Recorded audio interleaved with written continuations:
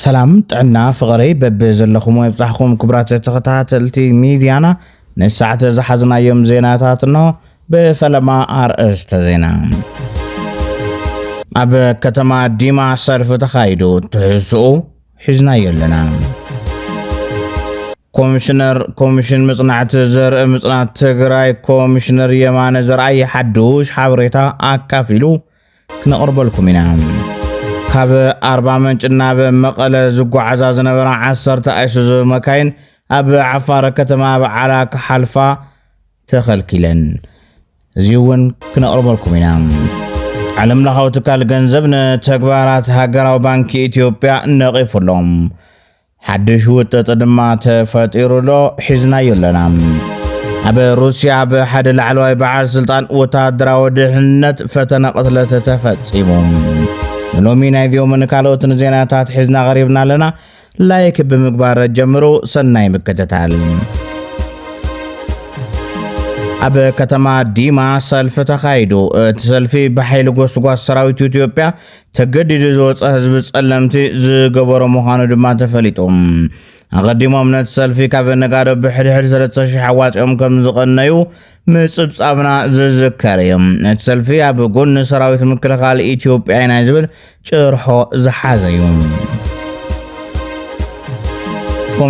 كوميشن مصنعة زر مصنعة تقرأي يمان زرايا بتقرأي أزيوم نمزرابهم زخبدو نمسمعهم زدنسو قف عساد كم سفت صمو أكاليهم أو أريابو سئلهم كي يقتلوا مس عسيرهم سكر في سبلهم بافنجهم نابع عينهم بإزرهم ساعات أتيم قتلهم عسيرهم يمن قبل يقولون بإمني شفناهم وساسات فلتهم أو ثمن زأته الله قال نسيتي أو طعم على وصف عين الجفعي كعين وكبدي الجفعي بهجي طبعا ناس كله جفعي كله جبني قدما تحد حدا أتجاوبره تعيو خيدون إيش تقول تحنت صريحة متحد زي يجرفوه يبلك كأيو سبب شويخة وسيركا بالحر يود جنا تورشر غير كاسقي يبلكها موت مسكونة أموت زني هو سبب عندنا قتيلكها أو أروح كوخت زي الباراليز كونز قديم قنت قتله السوون عندنا مسكت الكاس نتو زقت الكاين عندنا تقتله رئيسها من قتل نزموته مقتل مالتي ترى زي فلت كوي 4 درجة مالتي 4 درجة رقم وهم مثالي عسكريين نقاتلوا ماغلاي بيت فردي زبا مبراق نحانت تبدالي تقوالن سيت عميصهم نموت زدارق منئسي بعسرت 6 عمد صنع ما أسرت نغطع وسينهم زدمات قاوموتات يسعب لهم تما خلا بيت فردي كم زبلو تخصاصي من اسيبريو هايلو استفاله نماري وردا كان تافوشن طابيا خوخوب صبح بعلة 10 تقم 2017 عام تمرت ساعات حدا ناي مشت صلمات غلباب غيرو ننستي سامراوي تباراخ استفاله نماري طابيا خوخوب صبح عمي صوام اتا تدفرت نستي بتقنوتات غويا بعلا هيوتا كتحلف كيلا يزبل ما خلا بيت فرد زبا مبرا جبننيا بعمص اتان استي هيوتا بعلا نتحلف مخنيات كم زغنن تخصيصو غدايو بحق الراصن يحيم بمسرات زي 26 طريق 2018 تسيموا ابزو على مغابايا تخصاصينا تغبن كم زفصما بمرغغاصو ب16 عام صنع ما سرت نخصع كم زوسن نفلاط تخايللهم يقوم نمبر ازي لاق صمبر فردي كونن بخمس عينت عمت فردي هلونا حزبنا فلاي ما دقنسيو كنوحس عين خيرني لهم بزحات وناني ددبيت ميديا هايلا رفاينا كوينات زي ترفيو كل تقرواي بسنو لبونا كداللو يلوم نزدما وقصاتات بزي حولهم انتهي إنا هنقبر زلنا انتلكم قول عام السويتو بحلنا درجة دلو مخاني اوه كينات يد لينا انا هل خيات حرد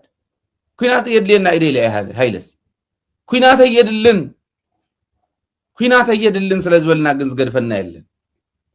جميرنا نقرفو بشمقلنا تواهل زودا يلن إثيوبيا عب إثيوبيا زنية تقرأي انتي بلعوه حدرن زبل غانين كورد كخلالو قلت يزارو زلو نيماني ولا انساقامي ولا سرعات زي انت زي وريدو كنبرين خلن ناي منبارن ناي زي منبارن حتى سلوزون سلازي نزيعة እንታይ ኢኻ ክተውፃላ ትበት ፀጋም ዝኒ ሕጂ ውንዶ ኣይርዳእኩምን ተም ዝሸጡና ሸይጦምና ምዃኖም ተም ከዲዖምና ዝኸዱስ ትግራይ እንዳሸጡ ትግራወይት እንዳሸጡ ሓመድ ትግራይ መሬት ትግራይ እንዳሸጡ እንዳቆርሞሙ እንዳቆራሞሙ ዝነብሩ ምዃኖም ቮይካ ኤምኬ ኣብ ኣዲስ ኣበባ ተኣሲሩ ኣቦ ሰላም ብዝብል ዝፍለጥ ብፍላይ ድማ ኣብ ሰፈራት መቐለ ዘሎ ጎንፅታት ምትዕራቕ ዝገብር ቮይካ ዝተባሃለ ኣብ ኣዲስ ኣበባ ካብ 22 ተገፊፎ ምስ ብዙሓት ተጋሩ ኣብ 24 ኣዲስ መምርያ ኮንዶሚንየም ዝበሃል ተኣሲሮም ከም ዘለዉ ተገሊጹም። ሰላም ኩለኹም ተጋሩ ሓዋተይ ኣነ ሓውኹም ተገፊፈ ተኣሲረ ነኹም ኣብ 22 ኮንዶሚንየም ፕሊስ ብፅሕለይ ቤዛኹም ኩለኹም ፈተውተይ ለለኹም ብፅሕለይ ኣነ ኣብ ጭንቀት ኣብ መንከራ ይርከብ ብፅሕለይ ለለኽዎ ቦታ ኮንዶሚንየም እንታይ 24 ኮንዶሚንየም የኒኹ ብፅሕለይ መምርያ 22 ኢና ተገፊፍና ብሽም ተጋሩ መታወቂያና ሃሊናና ፕሊስ ብፅሕልና አዲስ መምርያ ኮንዶሚንየም 24 አዲስ መምርያ ኮንዶሚንየም ፕሊስ ብፅሕልና ፈተውተይ ኣብ ደገ ነው وحسبهم خموسنا سرحتنا لفلتنا حواتي بليس حتى قارينا تقفيفنا نينا نزي أنا مشارش عليها كاب قدسات قارو نبرتي أديس هواز تمحل لفنايت إنك قملختونا لهم أبزو حزوان مبل سلسانة شعاتنا وعلى حبرة أفريكا ኣብ ኣዲስ ኣበባ ይካየድ ብምህላው ጽኑዕ ናይ ጸጥታ ቁፅጽርን ምንቅስቓስን ይግበር ኣሎ። ስለዚ ኩለኹም ወገናት ኣብ ዕለታዊ ምንቅስቓስኩም እዞም ዝስዕቡ ነጥብታት ኣብ ግምት ክትእትዉ ይግባእ ተባሂሉሎም። መንነት ወረቐት ኣይዲ ሒዝኩም ትንቀሳቐሱም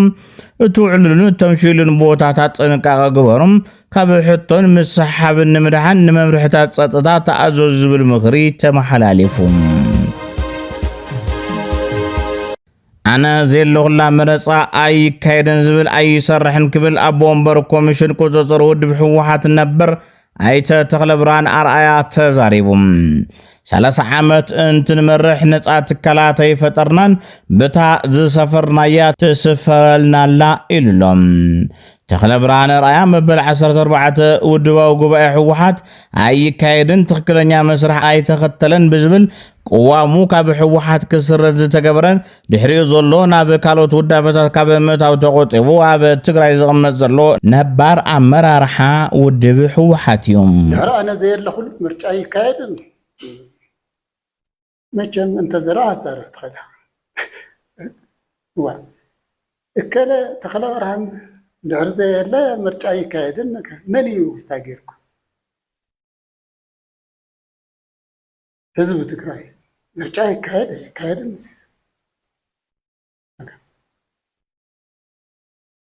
ዛታ ክትበል ዘላ ኣብቲ ምርጫ ሳተፈ ይሳተፍን ዚና ይውድባት መሰል ምስታት ዘይ ምስታት ማለት ምርጫ ብዛዕባ ንሓደ ፓርቲ ንገለ ተባሂሉ ይካየድ ምርጫ ንህዝቢ ናይ ህዝቢ መሰል እምበር ናይ ሓደ ፓርቲ መሰል ይኮን ሓደ ፓርሰን ንኽወዳደር እያ ተመሰል ህዝቢ ግን ዝመረፆ መንግስቲ ክመርሖ ኣሎ ተዛዕበየት መሰል ንሕዚ ንሕና እውን ትካል ኣብዚ 30 ዓመት ገለ ዝነበርና ኣለፍቲ ሃገር ነፃ ትካል ኣይፈጠርና ንፀኒሕና ማለት ነፃ ዝኾነ መከላከያ ካብ ስታይ ኣይፈጠርና ነፃ ዝኾነ ምርጫ ቦርድ ነፃ ዝኾነ ፓርላማ ነፃ ዝኾነ ናይ ፍትሒ ኣካል ኣይፈጠርና ያው በታዝ ሰፈርናያ ተስፈረና አላ ፖሊስ ከተማ አላማጣ ብዙሕ ንብረት ኣብ ቁጥጥር ኣውዒሉ ብዘካየዱ አንደበታዊ ተፍታሽ 8 ናውትታት ኦክሲጅን 12 ቆጻሪታት ማይን ሓዊሱ ብርክት ዝበሉ ብዙሕ ሕጋውያን መንገድታት ዝተተሓዙ ንብረታት ኣብ ቁጥጥር ኣውዒሉ ስራሕቲ ምጽራይ ከም ዝፍጽም ዘሎ ገሊጹ አቡነ ሰላማ ብናይ ቀደም ስሙም አባ ሰረቀ ብርሃን ትግራይ ዘጥፍእ ዘሎ ሰራዊት ኤርትራ ዝበሉሉ መደረ ወፂኦም ህዝብና ዝዘርፍ ሃይማኖትና ዘራክስ ኣብያተ እምነታትና ዝዕኑ ወገናትና ዝቀትልን ዝደፍርን ዘሎ ሰራዊት ኤርትራ ዝበሉሉ ቪድዮ ወፂኦም ኤርትራ ወታደር ነው ትግራይን እያጠፋ ያለ በመረጃ በማስረጃ የተያዘ ጉዳይ ነው። አብያተ ክርስቲያናትን እያጠፋ ያለ የኤርትራ ወታደር ነው። ህዝባችንን እየገደለ ያለ የኤርትራ ወታደር ነው። እህቶቻችንን አህዛብ በሆነ የማያደርጉት እያራከሰ ያለ አብዛኛው የኤርትራ ወታደር ነው። የትግራይን ንብረት በሙሉ ያወደመ የኤርትራ ወታደር ነው። ሀብቱን የትግራይን ሀብት በሙሉ ጭኖ የወሰደ የኤርትራ ወታደር ነው። ንብረት ያለ ኤርትራ ነው። አብዛኛው ንብረቶች የሄዱት የተጫኑት ወደ ኤርትራ ካብ አርባ ምንጭ ናብ መቐለ ዝጓዓዛ ዝነበራ 10 አይሱዙ መካይን ኣብ ዓፋር ከተማ ኣብ ዓላ ተኸልኪለን በዘይተፈለጠ ምክንያት ኣብ መደብር ፖሊስ ከተማ ኣብ ዓላ ክልል ዓፋር ንሓሙሽተ መዓልታት ተዓጊተን ከም ዘለዋ እውን ተሓቢሮም እቶም ሹፌራት ዋላ ብመቐለ ጽዕነት ምሕላፍ እንተ ዝኽልከል ነይሩ ኣቐዲምና እንተ ዝንገረና ወይ ድማ ገና ከለና ንድሕሪ ተመለሱ ተባሂልና እንተ ንኸውን ነይሩ እቲ ነጋዳይ ኣማራጽ ዕዳጋ ረኺቡ ነቲ ፍርያት ከይተበላሸወ ክሸይጥ ምገበርና ክብሉ ሹፌራት ሓቢሮም ኣብ ዓፋር ደው ዝበላ ባናና ጻዕና ናይ ጽዕነት መካይን ጸገም እንተሃልዩ እቶም መራሕቲ መካይን ነተን ናይ ጽዕነት መካይን ፈተሾም ሕጋውነተን ከረጋግጻ ይግበሩ ዝብሉ እቶም ሹፌራት ንመዓልታት ኣብ በረኻ ጽዕነት ምግቢ ደው ምባል ምኽንያታዊ ስለ ዘይኮነ ቁልጡፍ ፍታሕ ዝርከበሉ መንገዲ ይሃሉ ይብሉ ካብ ምንጭታትና በዝረኸብናዮ ሓበሬታ መሰረት ድማ እዚ ጉዳይ እዚ ካሊእ መልክዕ ከም ዘለዎ ገሊፆምልና ብፍላይ ድማ ዝቐረባ ኣብ እንትጮ ዓብዪ ዓድን ገንደብታን ዘጋጠመ ምጥቃዓት ድሮን ዝተሓዝ ነገር ኣለዎ ይብሉ ኣብ ዓፋር ተዓጊተን ዘለዋ መካይን ኣመልኪትና ንዝሓተትናዮም ምንጭታትና ከም ዝገለጹልና ድማ ብፍላይ እዚ ኮነ ተባሂሉ መንግስቲ ኢትዮጵያ ጠጠው ከም ዘበለልን ካብ ኤርትራ ይኹን ካልኦት ኣብ ውሽጢ ትግራይ ዝግበሩ ናይ ኣጽዋር ምንቅስቃሳት ንምቁፅጻር መንግስቲ ኢትዮጵያ ብድሮን ዝገብሮ ዘሎ ናይ ትዕዝብቲ ከይዲ ዝዕንቅፍ ኮይኑ ስለ ዝተረኸበዩ ኣብ ዓፋር እተን አይሱዙታት ጠጠው ክብላ ተገይሩ ዘሎ ዝብል ሓበሬታ ኣካፊሉና ኣሎም አክቲቪስት ዳንኤል ብርሃነ መራሕቲ ህወሓት ንነብሶም ከም ንጉሳትዮም ዙርኡ ኢሉሎ ተወሳኺ ኣለና ፓወር ግሩፕ ስልጣን ቡድን ነው ስልጣን ማዕከል አድርጎ የሚንቀሳቀስ ነው ከዛ ደግሞ አሁን በደም እንዳየ ነው የፊውዳሊዝም ኦሪንቴሽን ነው በርግጥ ያው ነው ያየነው አይደለም ለአመታት ነው ያየነው ግን የፊውዳሊዝም ኦሪንቴሽን በጣም ከፍተኛ ነው እነ ፊታውራሪ መሸሻ እና ምናምን እነዚህ ፍቅር እስከ መቃብር ላይ ታውቂያቸው ያሉት ካራክተሮች ቀነሱ ማከለ ያለ ንግግር ማለት ሌላው ሰውስ ምንም አይደለም ዝም ብሎ እንትን ማዳመቂያ ነው ሌላው ህዝብ አለሐፋሽ ሌላው ህዝብ ማዳመቂያ ነው እነሱ ሰው ብሎ የሚጠሩት ማለት ነው ፊታውራሪ መሸሻ ባላምባራስ እንትና እነዛ አሉ ካራክተሮች እኮ ዋናና ካራክተሮች እነዛ ማከለ ያለው ውይይትና እንቅስቃሴ ነው የሚመስለው እንዴ ይኸውልሽ ድሮም እኮ እንደዚህ እኮ ነበር ባይደወይ ሰለዋት ክፍል ጊዜ የመለስና ሲጸብ ነው ይታወቃል ወይ ደግሞ የመለስና ተወልደን ብቻ እንደ የሰዎች ጸብ ነው ግን ዳንስ ፋሳድ ኦፍ እንትን ነበረው አይዲዮሎጂ ዋትኤቨር አይዲዮሎጂ ምን በለው ብቻ የሆነ ቦናፓርቲዝም ተበርካኪነት ግን ማለት የሆነ ቅርጽ ነበረው አሁን ሁሉ ነገር ሙልጭ ብሎ ጠፍቶ በግልጽ የፊታውራሪ መሸሻና የምናምን የፊታውራሪ ገሌ እንትን ውይይት ነውና በጣም አድካሚ ነው ማለት ኢቭን ይስሙላ ፕሪቴንሽን እንኳን ራሱ ነው ሉዝ ያደረጉት ፖለቲከኛ ገብሩ አስራት ፌደራል መንግስቲ ምዕራብ ትግራይና በመንግስት ትግራይ ከረክብ ሓቲቶም እቲ ፕሬዝዳንት ትግራይ ነበር አመራርሓ ውድብ ዓረና ህወሓት በመቋም ዝፍለጥ ነባር ተጋዳላይ ኮይኑ ፌደራል መንግስቲ ምዕራብ ትግራይ በሓይሊ ተቆጻጸሮም ዘለው ዕጡቃት ዕጥቂ ከፍተሖም ይዝግባእ ኢሉ ዋና ዳይሬክተር ውድብ ጥዕና ዓለም ዶክተር ቴድሮስ አድሓኖም ንቀዳማይ ሚኒስትር ሱዳን ፕሮፌሰር ካሚል ኢድሪስ ጄኔቫ ናብ ዝርከብ ቤት ጽሕፈቶም ተቐቢሉ ዘትሎም እቶም ቀዳማይ ሚኒስትር ንምውሓስ ሰላም ዘለዎም ተበግሶ ጎንፂ ደው ንኽብል ውሕስነት ዜጋታት ንኽረጋገፅን ሰላምን ምርግኣን ንኽመፅን ወሳኒ ግደ ከም ዘለዎ ዶክተር ቴድሮስ ገሊጹ መንግስቲ ሱዳን ናፀጋሚ ኩነታት ተፃዊሩ ኣብ ቀረብ ጥዕና ንምቁፅጻር ምቁፅፃር ተላባዓት ሕማማት ኮሌራ ንፊዮን ፖሊዮን ንሰርሖ ስራሕ ኣፍልጦ ከም ዝሃቡን እቶም ዋና ዳይሬክተር ረጋጊጾም ወደብ ጥዕና ዓለም ዘይቆራረጽ ቀረባት ሕክምና ናብ ሱዳን ንኽኣቱ ዘኽእሎ ንምስራሕ ድልው ምዃኑ ኣብ መረባ ማሕበራዊ መራኸቢ ዶክተር ቴድሮስ ኣድሓኖም ዝወፀ ጽሑፍ የረድእ። ዓለም ለኻዊ ትካል ገንዘብ ንተግባራት ሃገራዊ ባንኪ ኢትዮጵያ ነቒፉም። ዓለም ለኻዊ ትካል ገንዘብ IMF ሃገራዊ ባንኪ ኢትዮጵያ ኣብ ዝቐረበ እዋን ዝወሰዶ ስጉምትታት ምስቲ ኣብታ ሃገር ዘሎ መዋቕራዊ ድኽመታት ዕዳጋ ተደሚሩ ንመስርሕ ምውሳኽ ሸርፊ ከም ዘደንጎዮ ነቒፉም። እቲ ትካል ኣብ ዝሓለፈ ዓርቢ ኣብ ዘውፅኦ ገምጋማዊ ጸብጻብ ኢኮኖሚክ ሪፎርም ብሔራዊ ባንኪ ኢትዮጵያ ካብ ወግዓዊ ዕዳጋ ወፃኢ ንመትከል ዕዳጋ ብምጥሓስ ብዝገበሮ ክልቲኣዊ ስምምዕነት ካብ ሓምለ ክሳብ ጥቅምቲ 2025 ኣሳት $1 ቢልዮን ሸርፊ ወፃኢ ናብ ባንኪ ንግዲ ኢትዮጵያ ከም ዝሸጠ ኣመላኺቱም። ብመሰረት ጸብጻብ ዓለም ለኻዊ ትካል ገንዘብ ዛገባብ እዚ ንመትከላት ናይቲ በቲ ትካል ዝድገፍ ፕሮግራም ቁጠባዊ ጽገና ኢትዮጵያ ዝጥሕስ ኮይኑ ምትዕድዳግ ሸርፊ ወፃኢ ብተወዳዳሪ መንገዲ ብዕዳጋ መሰረት ክውሰን ዝጠልብ እዩ። ዋላካ ሃገራዊ ባንኪ ኢትዮጵያ ነቲ ሸርፊ ወፃኢ ብማእኸላይ መዓልታዊ ዋጋ መሸጣ እንተዓደገ እቲ ሸርፊ ወፃኢ ንሓቀኛ ጠለብ ዕዳጋ ሙሉእ ብምሉእ ዘንጸባርቕ ከም ዘይኮነዩ እቲ ትካል ገሊፆም። ኢትዮጵያ ዳግማይ ናብ ኩናት ትቃረብ ከም ዘላ ተገሊጹ። መጽሔት ዘ ኢኮኖሚስት ኣብ ዘውፅኦ ሓድሽ ጸብጻብ ከም ዝሓበሮ እንተኾይኑ ኣብ መንጎ ፌደራል መንግስትን ትግራይን ዘሎ ወጥሪ እናገረደ ብምዃዱ እቲ ሃገር ዳግማይ ናብ ደማዊ ኩናት ንምእታው ትቀራረብ ከም ዘላ ኣጠንቂቖም። እቲ ጸብጻብ ከም ዝሕብሮ እቲ ብስምምዕ ፕሪቶርያ ዝመጸ ሰላም ኣብዚ እዋን እዚ ኣብ ትሕቲ ከቢድ ሓደጋ ወዲቑ ይርከብ ክብል ጸብጺቡሎም። ብተወሳኺ ድማ ኣፍሪካ ሕብረት ንሕወሓትን ፌደራል መንግስትን ከረዳድኦም ንለካቲት 22 ቆፀሮ ሒዙ ከም ዝነበረን መንግስቲ ኢትዮጵያ እቲ ሕቶ ከም ዝነፀጎን ጸብጻብ ዘ ኢኮኖሚስት ሓቢሩ።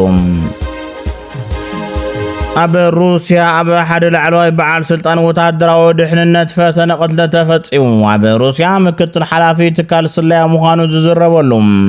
ሌተናል ጀነራል ቪላድሚር ኤልኮሲቭ